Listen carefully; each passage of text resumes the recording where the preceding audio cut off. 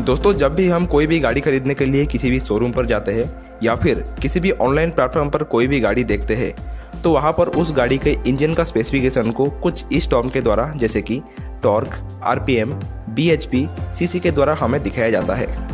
तो आखिर इनका मतलब क्या होता है और हमें गाड़ी खरीदते समय ज़्यादा टॉर्क वाली गाड़ी खरीदना चाहिए या फिर ज़्यादा बीएचपी वाली गाड़ी खरीदना चाहिए, सब कुछ डिटेल में समझने वाले हैं आज की इस वीडियो में। तो वीडियो को अंत तक जरूर देखिएगा। तो चलिए बिना देर किए करते हैं वीडियो की शुरुआत।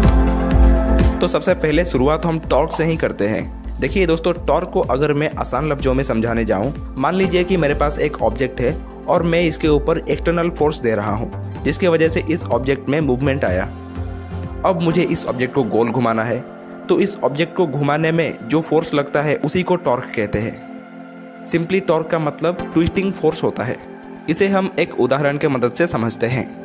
यहाँ पर मेरे पास एक बोल्ट है और एक रेंच है। अभी मैं इस बोल्ट को लेकर यहाँ टाइट कर रहा हूँ। अब ध्यान दीजिए, मैंने बोल्ट को टाइट करने के लिए बोल्ट के ऊपर जिस प्रकार का फोर्स लगाई उसे कहते हैं टॉर्क।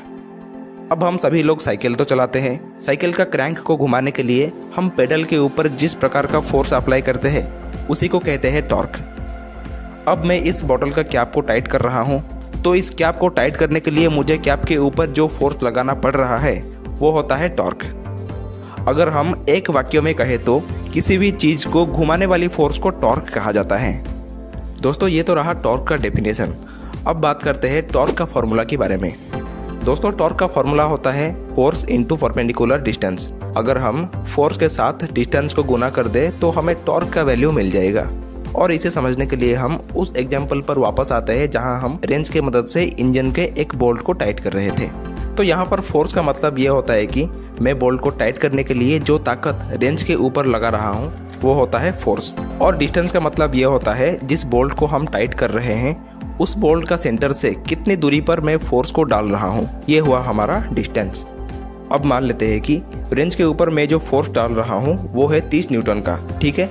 और हमारे जो रेंज का डिस्टेंस है वो है 1 मीटर का। हालांकि ये तो 1 मीटर है नहीं, चलो फिर भी मान लेते हैं। अब जो हमारा टॉर्क का वैल्यू निकल कर आएगा वो है 30 न्यूटन मीटर का। यानी कि मैं इस बोल्ट को टाइट करने के लिए इसके ऊपर 30 न्यूटन मीटर का टॉर्क अप्लाई कर रहा हूँ। अब सवाल ये है कि क्या हम टॉर्क को बढ़ा सकते हैं? जी हाँ, बिल्कुल बढ़ा सकते हैं। अगर हम फोर्स और डिस्टेंस इन दोनों में से किसी भी एक का वैल्यू को बढ़ा देते हैं तो टॉर्क अपने आप बढ़ जाएगा। अक्सर आपने देखा होगा ट्रक्स वगैरह का जो पहिया होता है उसका टाइट नट को खोलने के लिए मैकेनिक ने एक लंबा सा रेंच का इस्तेमाल करता है, और अगर उससे भी ना खुले तो उस रेंच में लोहा का पाइप वगैरह डालकर वो आसानी से नट को खोल देता है। दरअसल होता क्या है, रेंच में पाइप डालने से क्या होता है ना, रेंच का लेंथ बढ़ जाता है, जिससे क्या होता है टॉर्क बढ़ने के कारण हमारा जो नट है वो आसानी से खुल जाता है। ये तो गया टॉर्क का मतलब और टॉर्क का फॉर्मूला। अभी ऑटोमोबाइल इंजन्स के अंदर टॉर्क का मतलब क्या है, चलो जानते हैं। ये तो हम सभी लोग जानते हैं कि इंजन के अंदर 4 स्ट्रोक्स होता है, जो कि है सक्शन, कंप्रेशन, पावर और एग्जॉस्ट। इन चारों स्ट्रोक में से जो तीसरी स्ट्रोक होता है यानी पावर स्ट्रोक होता है, टॉर्क उसी के साथ रिलेटेड होता है। तो पावर स्ट्रोक के दौरान क्या होता है, जो एयर फ्यूल का कंप्रेस्ड मिक्सचर होता है उसका बर्निंग होता है, उसका कंबस्चन होता है, जिससे क्या होता है पिस्टन के ऊपर एक बहुत बड़ा धमाका होता है जो कि पिस्टन को तेजी से नीचे की तरफ धकेलता है।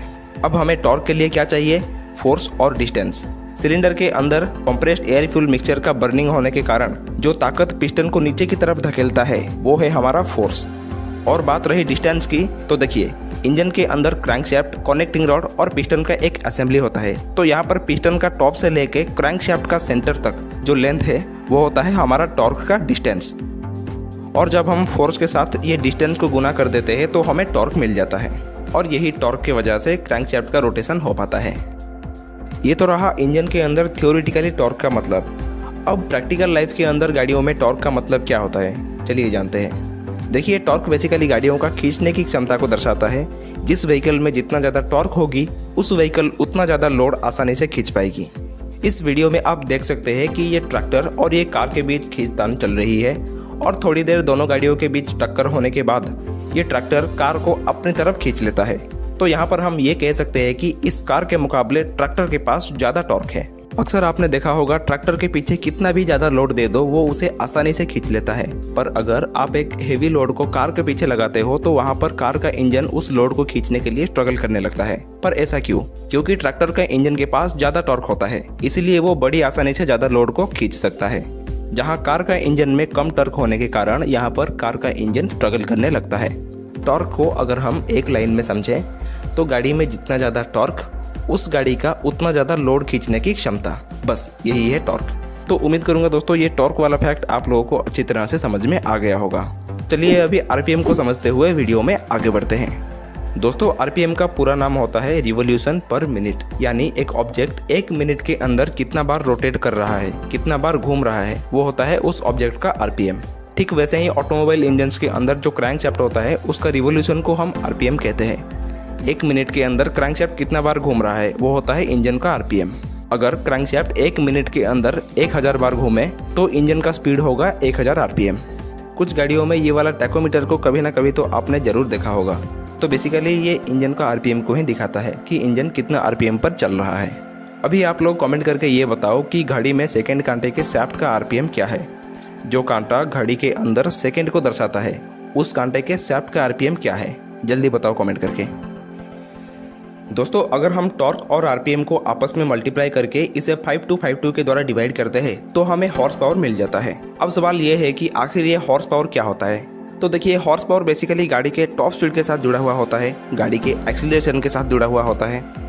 इसे अगर मैं आसान लफ्जों में समझाने जाऊं तो हॉर्स पावर का मतलब बेसिकली हमारा जो काम हो रहा है वो कितना तेजी से हो रहा है, वो कितना जल्दी हो रहा है, वो है हॉर्स पावर। चलिए इसे एक एग्जांपल की मदद से समझते हैं। अभी मेरे पास ये मोबाइल है, अब मुझे इस मोबाइल को यहाँ से यहाँ तक लाना है।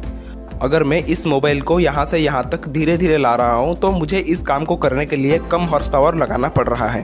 पर अगर मुझे इस मोबाइल को यहाँ से यहाँ तक तेजी से लाना है, जल्दी लाना है, तो ऑब्वियसली मुझे ज़्यादा हॉर्स पावर लगाना पड़ेगा। इस वायरल वीडियो को जरा देखिए।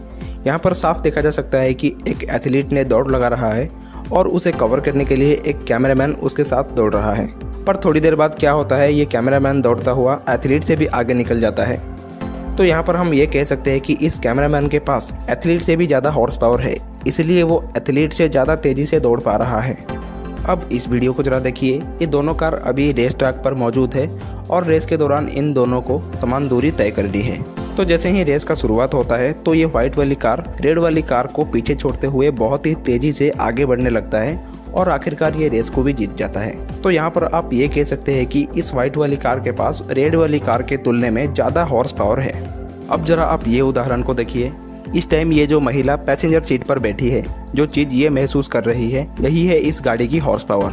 गाड़ी को इंस्टेंट एक्सीलरेट करने पर हमें जो दबाव महसूस होता है सीट से चिपकने का, वो बेसिकली इंजन के हॉर्स पावर की वजह से ही होता है।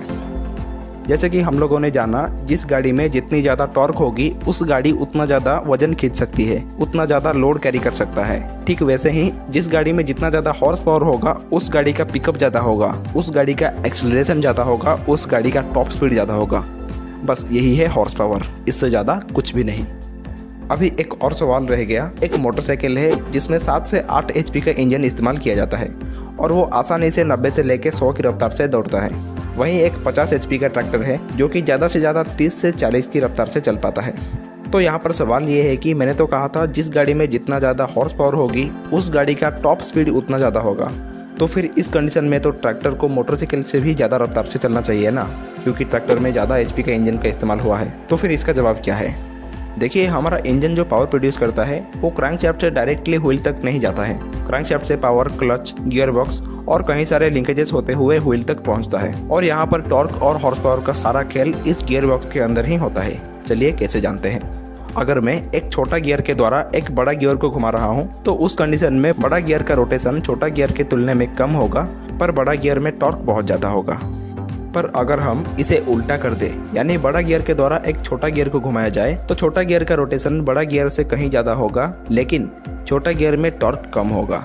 यानी कि गियर रेशियो को हम जितना ज़्यादा बढ़ाते जाएंगे टॉर्क उतना ज़्यादा बढ़ता जाएगा, लेकिन उस कंडीशन में हमें रफ्तार कम मिलेगी। पर अगर हम गियर रेशियो को जितना ज़्यादा घटाते जाएंगे तो रफ्तार उतना ज़्यादा बढ़ता जाएगा, हाँ वो भी एक लिमिट तक। और दोस्तों यही ज़्यादा गियर रेशियो वाली गियर ट्रेन इस्तेमाल होता है ट्रैक्टर के गियर बॉक्स में। इसलिए ट्रैक्टर्स ज़्यादा रफ्तार से चल नहीं पाते हैं, पर उनके पास ज़्यादा लोड खींचने की क्षमता भरपूर होता है।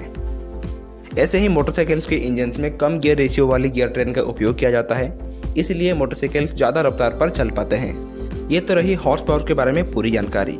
अब सवाल ये आता है कि ये सीसी और लीटर का मतलब क्या होता है। जहाँ पर मोटरसाइकिल्स के इंजन का कैपेसिटी को सीसी में दर्शाया जाता है, वहीं कार वगैरह का इंजन का कैपेसिटी को लीटर में दर्शाया जाता है। तो आखिर ये लीटर और सीसी का मतलब क्या है और इनमें फ़र्क क्या होता है? देखिए दोस्तों, सीसी का पूरा नाम होता है क्यूबिक सेंटीमीटर।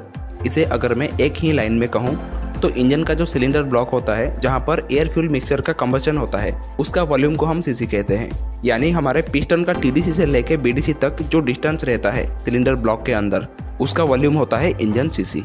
सीसी को देखकर बस आप ये समझ जाना कि जितना ज़्यादा सीसी का इंजन उतना बड़ा इंजन और उतना पावरफुल इंजन। ये तो आप समझ गए कि सीसी क्या होता है।